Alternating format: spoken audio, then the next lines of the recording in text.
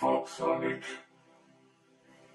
everyone, just taking a quick 15 seconds to let you know that my new book, The Fitness Mindset, Eat for Energy, Train for Attention, Manage Your Mindset, Reap the Results, which hit the bestseller list within 24 hours of its release, is now available to buy on Amazon. So if you're looking for everything you need to get into incredible shape and the mindset to keep it forever, be sure to check it out.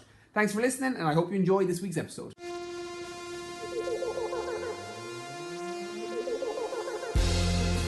Welcome to Byrne Fitness Podcast, where we talk everything fitness, nutrition and mindset with your host Byrne. Hey everybody, welcome to another episode of the Byrne Fitness Podcast. We talk everything fitness, nutrition and mindset to help you with your goals. Today's episode is a Q&A, and I've pulled all these questions from my Instagram page. So Byrne Fitness, if you're on Instagram, be sure to check me out on there. I've been putting up all different finishers this month for anyone that's doing the Halloween challenge from a couple of episodes ago, and hopefully you're getting a lot of value from the workouts, different things I'm putting up on there. Be sure to hit me up on the DM, be sure to hit me up on comments, and be sure to check and hashtag Byrne Fitness if you're doing the Halloween challenge. So, first question today comes in from Cormac Kelly. Is it better to have a workout training partner or work out by yourself? Okay, so there very much depends on reverse engineering you and your personality type.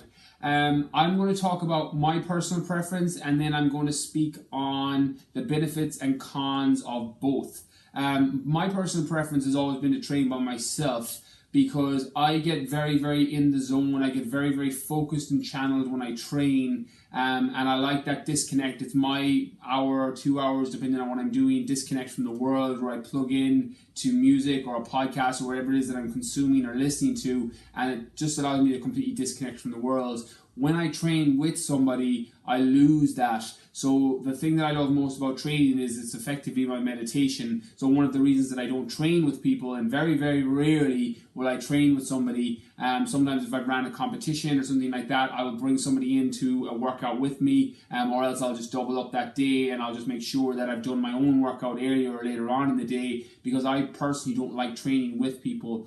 But that works down to my personality type and why I train. Like, I love being social with people. Like, I always say, I'm a complete free game. If anyone ever sees me in the gym before or after my workouts, I love talking to people and chatting to them about whatever it is that's going on with them or anything I can help with.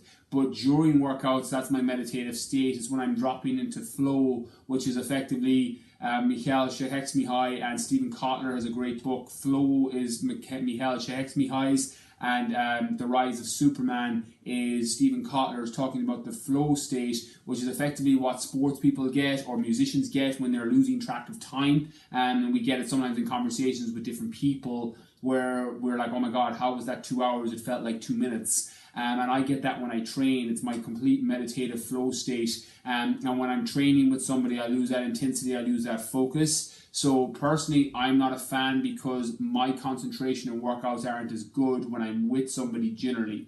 However, on the flip side of that, if you're in the gym and you love the camaraderie side of training with somebody, particularly someone around your level or slightly above, is even better. So if you're at a 8 out of 10 in terms of intensity level, in terms of the amount of times you've been training and your actual capabilities in the gym, you want to train with somebody at about a 9 or a 7 that's just below you. If there's too much of a gap, the training session is going to be terrible for both of you. But if there's just a slight gap between you, either your training partner is slightly better or slightly worse or slightly stronger or slightly fitter, they are going to move you up, and you're going to bring up your level of training by being alongside them. So it can work very, very well for that. However, if you find that you get caught training and talking in between sets and not being able to track your rest periods, and you lose the intensity in your workout, then it might be worth considering training by yourself. And I do see that, particularly when guys come into the gym, and guys are a bit of a victim of this, because I remember when I was in college, we used to go to the gym in groups of 4 or 5,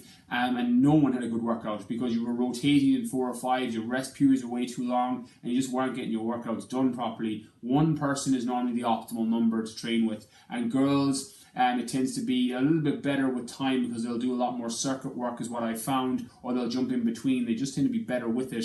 But it's very much down to the reasons on why you want a training partner. If you've never been in a gym before and you're nervous about it, then going in with somebody the first 5, 6, 7 times can massively reduce your gym anxiety before you start and join. So it's very much reverse engineering you and what works best. The best advice I can offer is, if you find you have better results and better training sessions when you have someone beside you, particularly a person that you regularly train with and they know your body, they know your level of strength, they know when to push you, they know when to support you, and they know when to spot you on different exercises, and you get a better training session with them, then you're probably going to be better with a training partner. If you find that when you're in the gym, you go into that flow state, you like to plug in your music and disconnect from the world and just get your workout done, smash it and leave, then you're probably going to be better to train by yourself. There's pros and cons to both. A lot of it comes down to personal preference and which one you get better results with. Okay, next question comes in from Shane Muggs.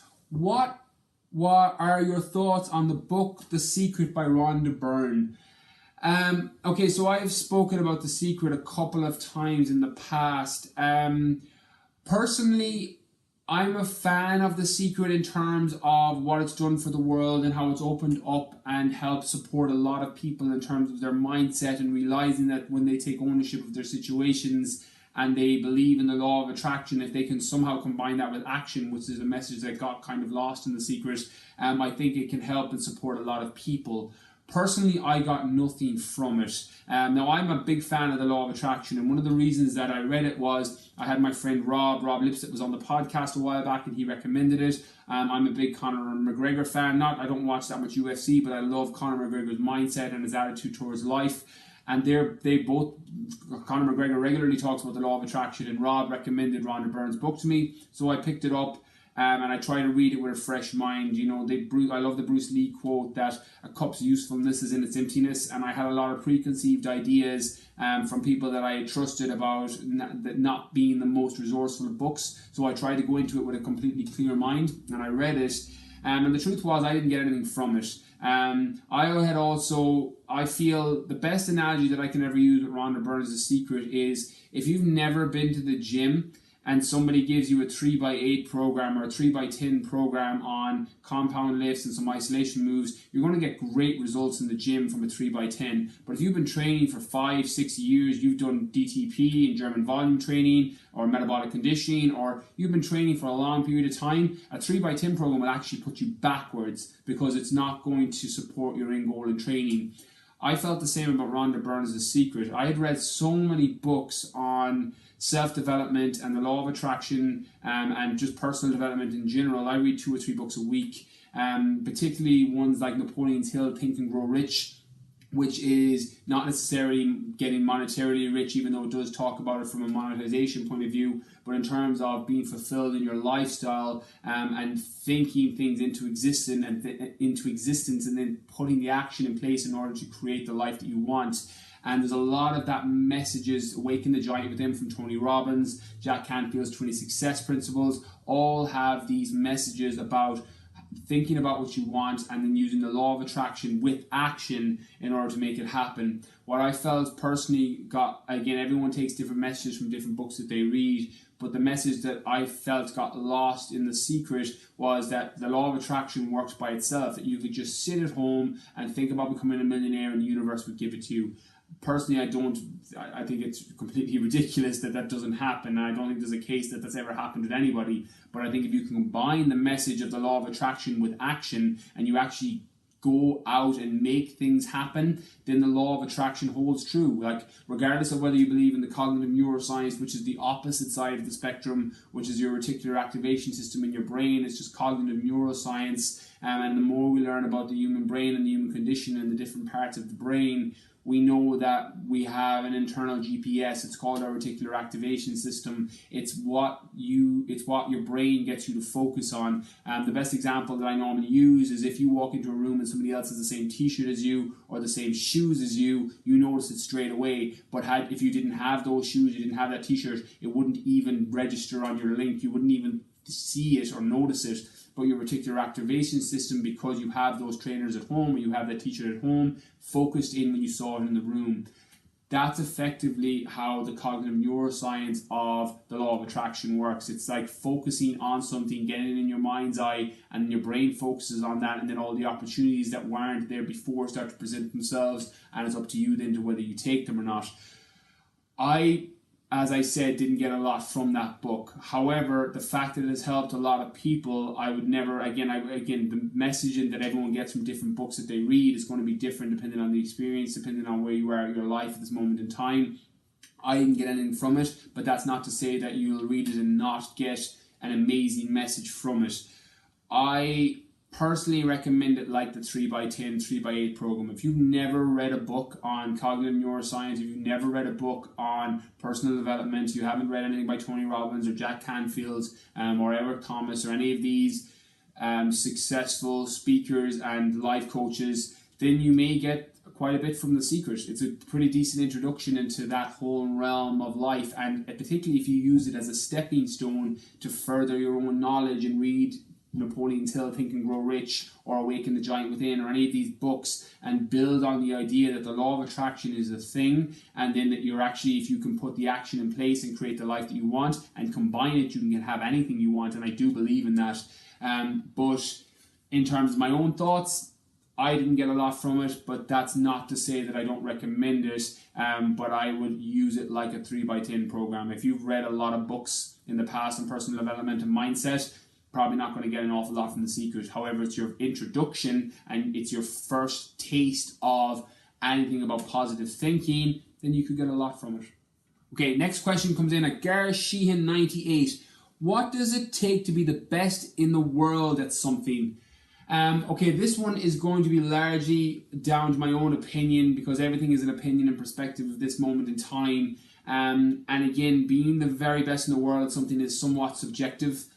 Because we sometimes put people that are ahead of us on pedestals, and because they have achieved things that we want to achieve, we see them as the best in the world, even though in their own mind they're standing on the shoulders of giants and they have their people that they see as the best in the world. So again, it's a little bit of a loose term, but the one thing I can offer for anyone that wants to be incredible at what they do, there is a couple of recipes and ingredients that I have seen either in my own life that I've tried to apply, I've seen with successful people that I've surrounded myself with, or I've seen with successful people like Tony Robbins, or some of my own mentors that I've worked with, or I've done some form of coursework or seminar or direct work with, and some of their own personality traits and their own belief systems that massively support them. So I'll share those in the hopes that that will give you some of the ingredients that I've witnessed and I've seen and I've applied, that can hopefully you can take and use in your own life if you so choose.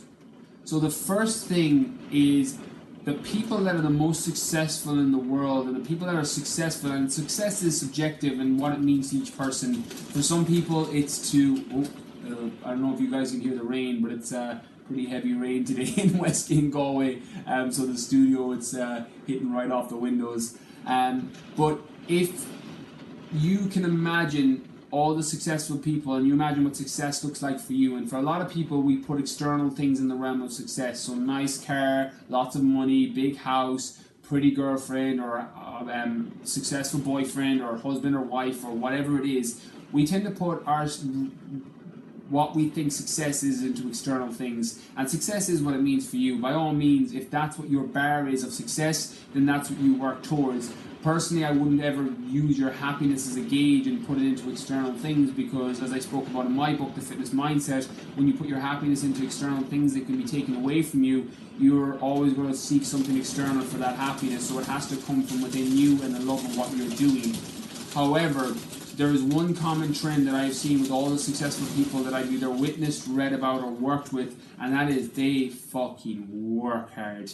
That is one of my biggest takeaways over the last 2 to 3 years, where I've worked a lot on my own personal development, trying to scale my business, trying to scale my life, and trying to scale up my relationships and improve the quality of the relationships in my own life.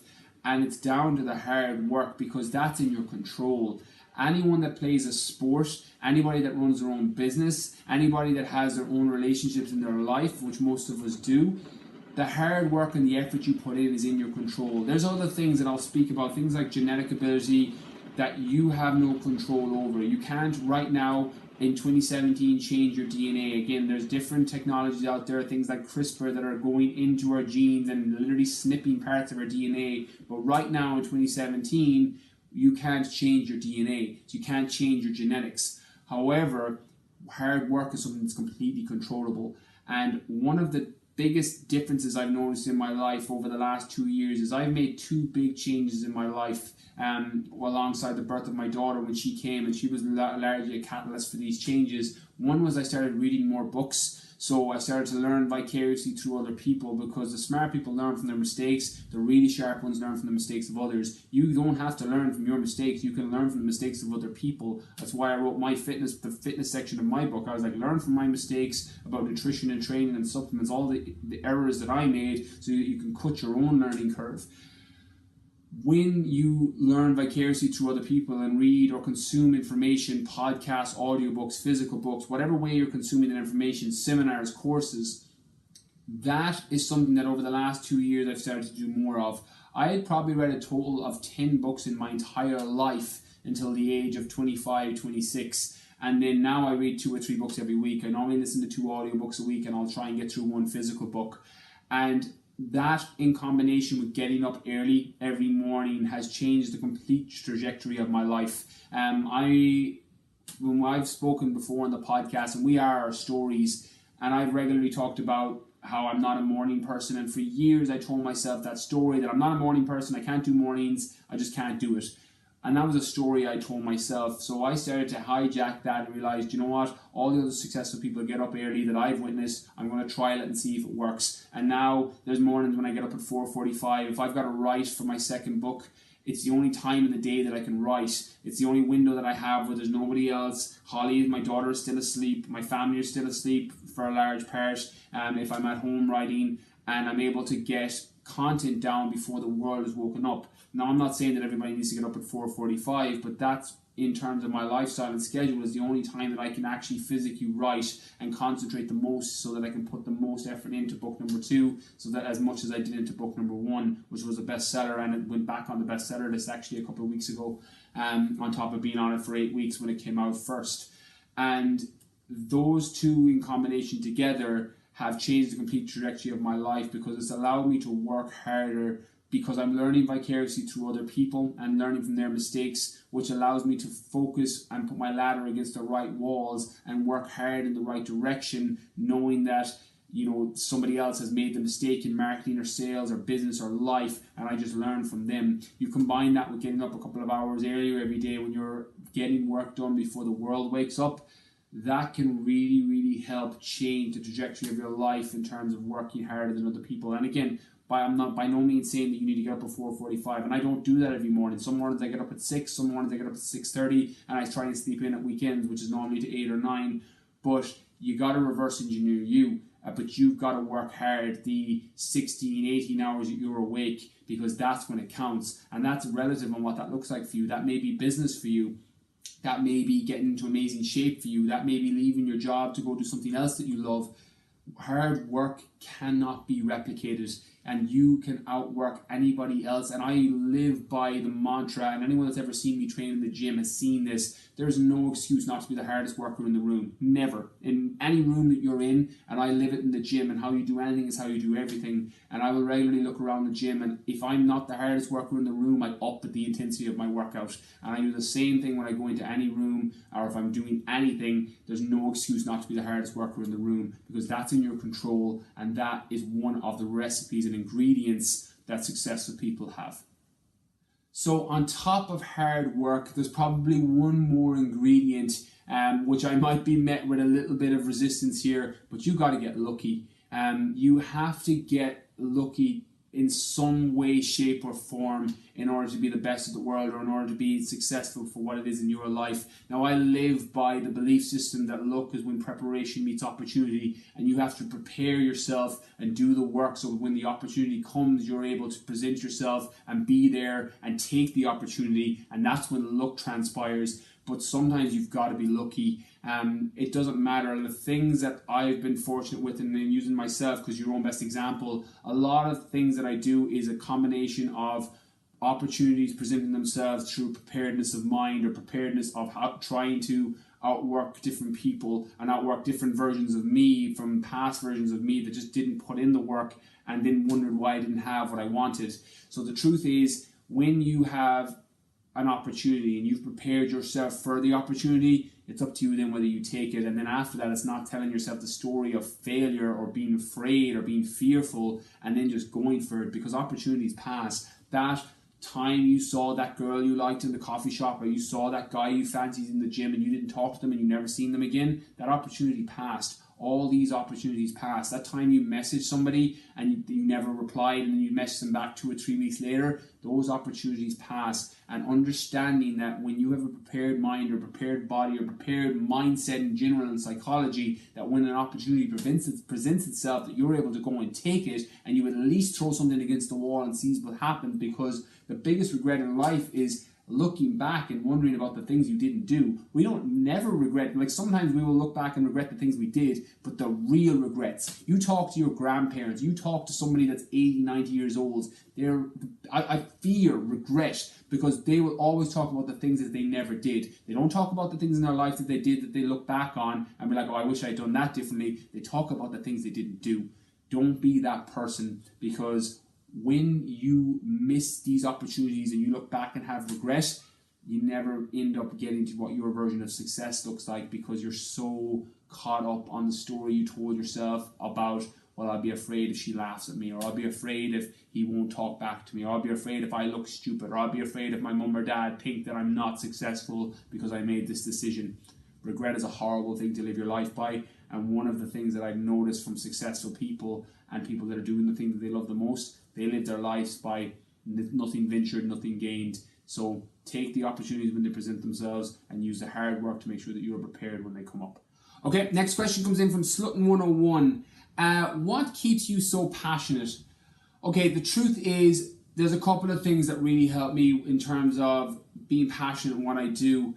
The number one thing is probably being very, very grateful for the things that I have. There was a time in my life when I would have given my left arm to have the things that I have in my life right now. And as someone that has that little bit of a type A personality, where I'll set a goal, I'll hit it, and then I'll set the next goal, and I'll hit it and set the next goal, and then I hit it, and I never really pause and reflect on what I've achieved or on that I've actually hit the goal that I set out to do. And you're constantly living in the future. It's why in my book, The Fitness Mindset, I speak in the anxiety section that one of the things I'm very grateful for is my ability to look into the future, bring it back to the present, and then work towards it.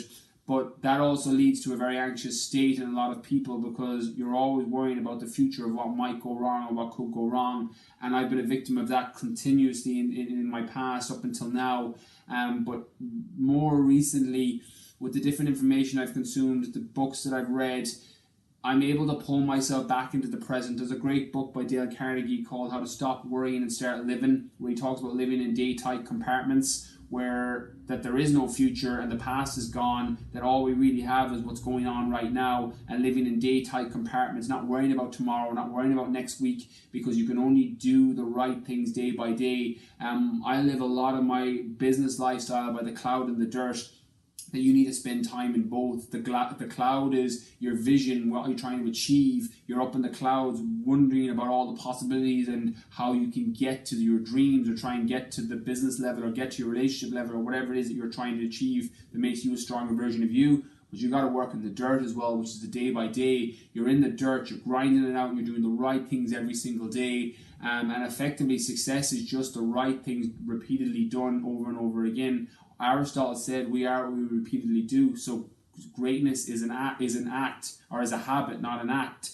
And when you do the right things every single day in the dirt, and you're able to combine it with the clouds of what's going on in the future, that's when great things happen. And when you also add in the ingredient of being grateful for all the things you have, and just pausing and reflecting every once in a while, that there was once upon a time in your life that you would have given everything for this relationship, or this business, or this money in your bank account, or this relationship with your mum, dad, daughter, or son. There was a time in your life when that's all you wanted. But sometimes what happens is we get a little bit of a hedonic adaptation. It's a psychological trend that we get used to the things that we have. It's why if you see a sunset, or you see the sun come up every single day, it's beautiful the first time, and then after 7, 10, 11 days on the bounce, it just becomes the norm. It's hedonic adaptation. We get used to things in our environment. We get used to things in our surroundings. It's why people that win the lotto are ecstatic at the beginning, and then when they go back and have done research on them a year later, they're back to the same feeling and mood they were later. It's hedonic adaptation, and I'm aware that that's something that I have, that as soon as I hit a goal, it just becomes a new norm. My bar has moved, so I've moved with it, and I'm not able to always be grateful for the things that are in the past. Up until now, I haven't been able to be fully present and grateful for the amazing things that I have. Now my passion is largely fueled by that gratefulness that I have a little healthy girl. I have a relationship with my mum who I get to see every day. I have a business that helps and serves thousands of people. I never have to worry about paying bills. I have investments that help and serve me and have set me up for the next 10, 15 years. I have all these things that I constantly do, and I have a gratitude journal every morning where I have the 5-minute journal where I'll just scribble in 3 things I'm grateful for, and it sets up my conditioning for the whole day on be grateful for the things you have. Even though you're living in the clouds and working towards the future, being grateful for the things you have, and then doing the day-by-day dirt where you're building a block. You know, how do you build a wall? Block by block. How do you run a marathon? Step by step. How to build a body? Rep by rep. You're doing the right things every single day, and when you combine all of that, passion comes as a result, because you see all the incredible things that are in your future, but you're able to do the things day by day that you love doing, and then you've got that gratefulness that there was once upon a time when you didn't have that. I find that my passion is fueled by that combination of the 3: gratefulness and working in the clouds and the dirt, and then just doing the right things every single day. On top of that, I knew, and I've talked on podcasts in the past, that success is whatever success looks like for you. For some people, it is the big car and the nice house and all of these things, a pretty girlfriend, a successful boyfriend or husband or wife, or whatever it is that looks like for you. I did speak in my book that I probably don't advise putting your happiness into external things that can be taken from you at a blink of an eye, and that happiness truly has to come from within. It comes from the process of whatever it is that you're doing and loving your life day by day. But the truth is, success for me, and I'm fortunate that I have all of these other things. I have good investments and a house and a car and more money than I ever thought I would have when I was working as a teacher. But my success for me is waking up every single morning knowing that if I won the lotto tomorrow, the Euro Millions, or had $1 billion or €1 billion in my bank account, I would still do what I'm doing now. I would make the podcast, I would do the Snapchat Q&As, I would write the books, because I love the process. Buddha said that you can't be happy at the destination unless you're happy on the journey, and that's how I feel about my life now. I love the process and I love the day-to-day. That fuels my passion, because when you wake up every single day and you get to do the thing you would do for free, and again, it didn't happen overnight. It took 5, 6, probably even 10 years if you start factoring in having to learn about my mindset and get myself in the condition. You know, Les Brown said that the easiest thing in the world is to earn $1 million. The hardest thing in the world is to believe that you can do it. And that's kind of how I felt in terms of my business. The easiest thing in the world was building a business and doing the thing that I would do for free. But the hardest thing in the world was believing that I could do it. So my passion is fueled of a combination of all of that. Living in the clouds and the opportunities and the things that I'm looking forward to. Working in the dirt and the process and doing the things day by day that I love to do. And then being grateful for the things that I have, on top of waking up every single day knowing that I would do it for free, fuels my passion every single day. Okay, that's the end of today's episode, so I hope you got loads of value. For more information on me, head over to the website, www.bryankeenfitness.com. My programs, Top 50, GA Lean Body, and GA Youth Program are all on there, so hit me up on email if you want more information on those. My Snapchat, BryanK019. My best-selling book, The Fitness Mindset, is now available on Amazon Book Depository, Dewberry's bookstores in Ireland, and selected bookstores in Ireland and the UK. Thank you for coming on Box On and putting together all my podcast episodes. Thank you for listening. Catch you all soon.